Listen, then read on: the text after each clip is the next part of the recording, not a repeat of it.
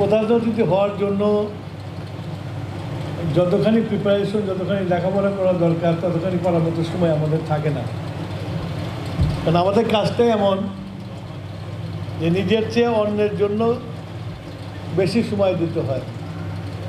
আর বিশেষ করে আমি যে মন্ত্রণালয়ের মন্ত্রী, সেই মন্ত্রণালয় এমন একটা মন্ত্রণালয় যারা আমাকে সবসময় দেখতে পায় যতক্ষণ আমি থাকি, মানে আলো থাকি যতক্ষণ। আর যে আলো নিভে যায় তখন আমার পুরো গালি বর্ষণ হয়। তো এইরকম একটা মন্ত্রণালয়ের মন্ত্রী আমি। সুতরাং যে নজরুল ইসলামকে নিয়ে আলোচনা করব,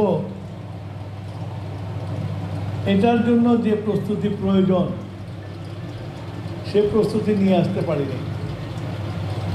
তবে হ্যাঁ, নজরুল ইসলাম হলো মানুষের কবি। নজরুল ইসলাম এমন একটি শ্রেণী থেকে এসেছে যে শ্রেণী ওই সময়তে সবচেয়ে বেশি মানুষ ছিল,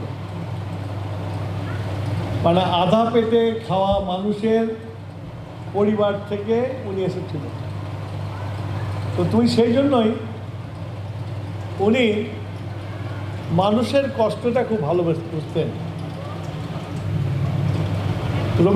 নজরুল ইসলামের কিন্তু একটা রাজনৈতিক দর্শন ছিল। আমরা প্রায়শই এই কথাটা বলি না। নজরুল ইসলাম যখন সৈনিক জীবনের সমাপ্তি ঘটায় তখন উনি কলকাতায় এসে মুসলিম সাহিত্য সমিতির অফিসে থাকতেন। সেখানে থাকতো বাংলাদেশে ভারতের প্রখ্যাত কমিউনিস্ট জনাব মুজাফফর আহমেদ। তিনি ভারতের সমাজতান্ত্রিক আন্দোলনের অগ্রদূত ছিলেন এবং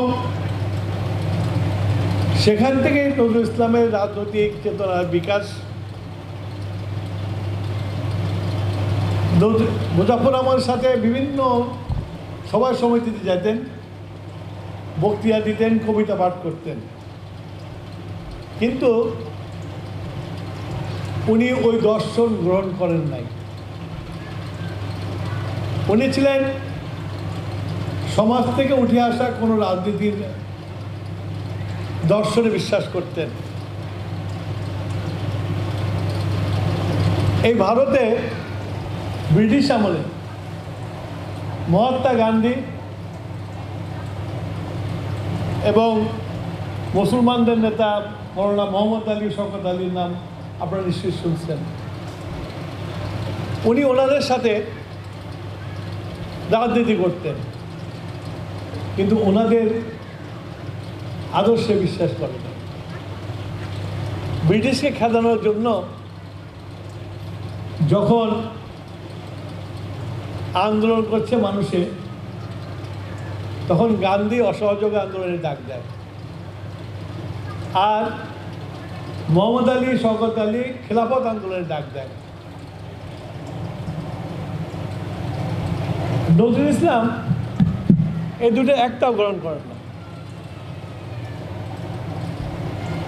উনি মনে করেন যে ভারত এই ব্রিটিশকে খেদাতে হলে অসহযোগ আন্দোলন করে, চরকায় কাপড় পরে আপনার নিজের দেশের লবণ নিজে তৈরি করে খেয়ে আর যাই কিছু হোক, স্বাধীনতা অর্জন করা যাবে না। আর মৌলানা মোহাম্মদ আলী, শওকত আলীর যে খেলাফত মুভমেন্ট, সেটাতে উনি বিশ্বাস করতেন না। কেন বিশ্বাস করতেন না? উনি বললেন যে তুরস্কের যে রাজারা,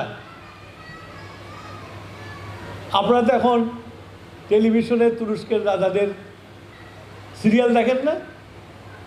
তো রাজারা কি ছিল ওই সিরিয়াল দেখে আপনারা জানেন। তো সেই